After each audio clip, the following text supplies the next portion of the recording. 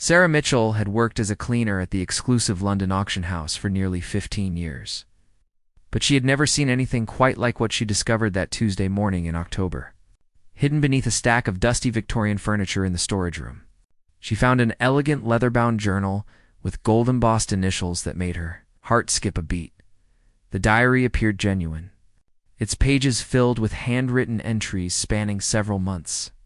As Sarah carefully flipped through the pages, her eyes widened at the intimate details and candid observations about life within the royal family. The entries were written in a flowing script that seemed authentic, discussing everything from private family dinners to behind-the-scenes tensions that the public never witness.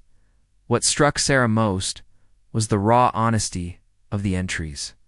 Unlike the carefully crafted public statements she was used to hearing from the royals, these pages contained unfiltered thoughts about other family members, political figures, and the constant pressure of royal life. The writer described feeling trapped between duty and personal desires, expressing frustrations that seemed deeply human and relatable. The auction house manager, James Crawford, was immediately called to examine the find. His expertise in authenticating historical documents made him the natural choice to determine whether this discovery was genuine or an elaborate fake. Crawford's initial examination revealed paper that appeared to be of the correct age and quality, with ink that showed appropriate aging patterns. As word of the discovery began to spread among the small staff, everyone understood the explosive nature of what they had potentially uncovered.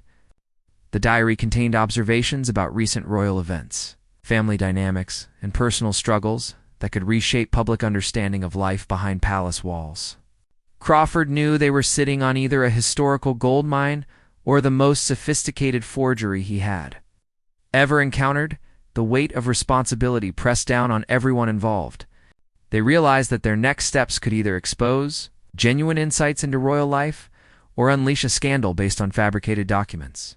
The decision of what to do with the diary would change everything for those who discovered it. Dr. Elizabeth Hartwell received the urgent call from Crawford on a Wednesday evening while reviewing manuscripts in her Oxford study. As one of Britain's leading experts in document authentication, she had examined everything from medieval texts to World War II correspondence. But this request carried unprecedented significance and pressure. Her initial examination took place in a secure room at the auction house, with only Crawford and the building's security present. Using specialized equipment, Dr. Hartwell began the painstaking process of analyzing the paper composition, ink chemistry, and writing characteristics. Every detail needed scrutiny because the implications of her findings would ripple far beyond academic circles. The paper analysis revealed high-quality materials consistent with luxury stationery available during the time frame in question. The ink showed proper aging characteristics, chemical compositions that matched premium writing instruments from the appropriate period. However, Dr. Hartwell knew that sophisticated forgers could replicate these physical elements with enough skill and resources. More intriguing was the handwriting analysis. The script showed natural variations in pressure, speed, and letter formation that typically indicated authentic personal writing rather than careful copying. The entries appeared to be written spontaneously with crossouts, corrections, and marginal notes that suggested genuine thoughts being recorded in real time rather than calculated prose, designed for eventual publication. Dr. Hartwell's team expanded to include a forensic linguist who analyzed the writing style, vocabulary choices, and speech patterns reflected in the diary entries. The language showed consistency with the supposed author's known communication style, including specific phrases and expressions that had been documented in previous interviews and public statements. After 2 weeks of intensive examination, Dr. Hartwell faced the most challenging decision of her career.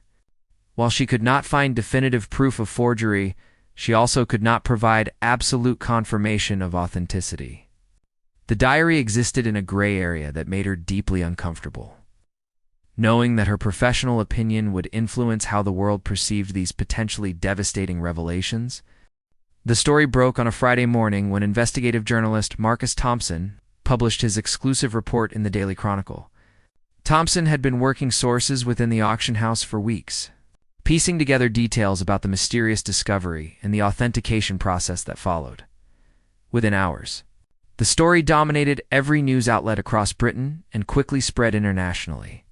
Television news programs interrupted regular programming to discuss the implications, while social media exploded with speculation, memes, and heated debates about the diary's authenticity and contents. The most controversial excerpts that Thompson had managed to obtain painted, unflattering portraits of several public figures and revealed alleged private conversations that contradicted official royal positions on various matters. Particularly damaging were entries that seemed to show deep frustration with certain family members and harsh judgments about their public behavior. Royal correspondent Patricia Wells found herself at the center of the media storm, fielding constant calls from news outlets seeking expert commentary. She had covered the royal family for 25 years and had never seen anything create this level of sustained public interest and controversy. The palace's initial response came through a terse official statement denying the diary's authenticity and dismissing it as malicious fabrication designed to damage reputations. However, this response only seemed to fuel more speculation, with critics arguing that such a quick denial suggested the palace was worried about what else the diary might contain. Public opinion split dramatically along existing lines of royal support and criticism. Supporters dismissed the diary as an obvious fake designed to embarrass the monarchy, while critics saw it as confirmation of their suspicions about royal attitudes and behavior behind closed doors. The controversy consumed public discourse for weeks, overshadowing other significant news events and political developments. Behind the walls of Buckingham Palace, a crisis management team worked around the clock to address what senior advisors privately acknowledged as one of the most serious public relations challenges in recent memory. The team included communications experts, legal advisors, and security personnel, all focused on containing the damage and controlling the narrative. The palace's challenge was complicated by their inability to definitively prove the diary was fake without revealing information about private security measures and personal details that would create additional problems. They found themselves in the impossible position of denying authenticity while being unable to provide concrete evidence of forgery. Private investigators were quietly hired to trace the diary's origins and identify potential sources for the alleged forgery. This investigation revealed a complex web of former employees, distant acquaintances, and individuals who might have had access to personal information that could have been used to create convincing fake entries. Legal teams explored options for injunctions and lawsuits against the media outlets publishing excerpts from the diary. However, they quickly realized that aggressive legal action might only draw more attention to the story and could be interpreted as confirmation that the palace was trying to suppress authentic revelations. Crisis team also had to manage relationships with other royal family members who were mentioned in the diary excerpts. Some family members demanded strong public denials and threats of legal action, while others preferred to ignore the controversy entirely, believing that responses would only legitimize the allegations. Senior advisors found themselves divided between those who wanted to aggressively attack the diary's credibility and those who preferred a more measured approach that acknowledged public interest while maintaining dignity. This internal debate reflected broader tensions within royal circles about how to handle modern media challenges and public scrutiny. The diary controversy sparked intense debates in Parliament, with opposition members calling for investigations into media practices and royal transparency. Some politicians saw an opportunity to advance Republican arguments, while others rallied to defend the monarchy against what they characterized as unfair attacks. Public opinion polls showed the nation deeply divided, with younger demographics more likely to believe the diary's authenticity, while older citizens remained skeptical. These generational differences reflected broader attitudes about the monarchy's relevance and the public's right to know about royal, private thoughts and opinions. International media coverage amplified the controversy, with foreign news outlets providing commentary that often reflected their own countries' relationships with the British monarchy. Some coverage was sympathetic, while other reports used the controversy to examine broader questions about hereditary privilege and democratic values. Social media platforms became battlegrounds where supporters and critics shared memes, analyzed handwriting samples, and debated the ethical implications of publishing private thoughts, even if they were authentic.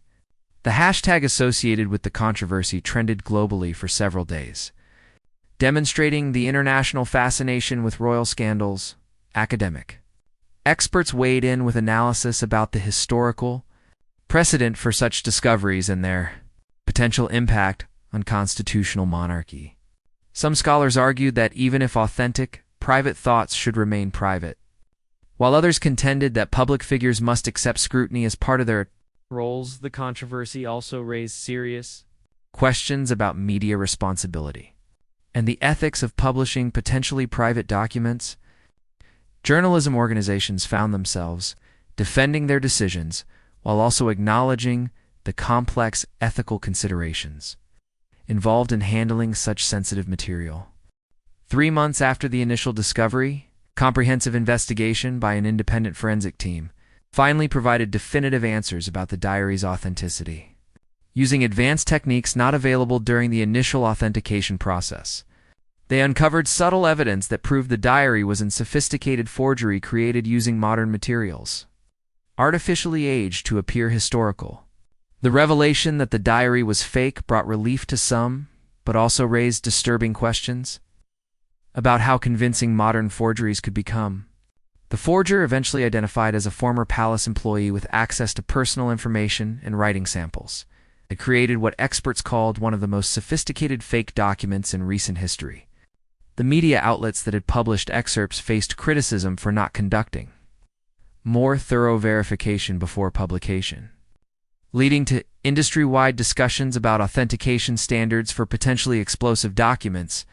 Some organizations issued apologies, while others defended their decision to publish based on the expert opinions available at the time. The palace emerged from the crisis with its reputation intact, but facing ongoing questions about transparency and public relations strategies. The incident led to internal reforms in how potentially damaging stories were handled, sparked broader discussions about the monarchy's relationship with modern media. Public interest in the story gradually faded, but the controversy left lasting impacts on how royal news was reported and consumed. The incident became a case study in media ethics courses and sparked ongoing debates about the balance between public interest and personal privacy for public figures. The forger was eventually prosecuted and sentenced to prison, but many observers noted that the damage to public discourse and trust had already been done. The incident served as a warning about the potential for sophisticated disinformation to influence public opinion and damage reputations even when eventually exposed as false.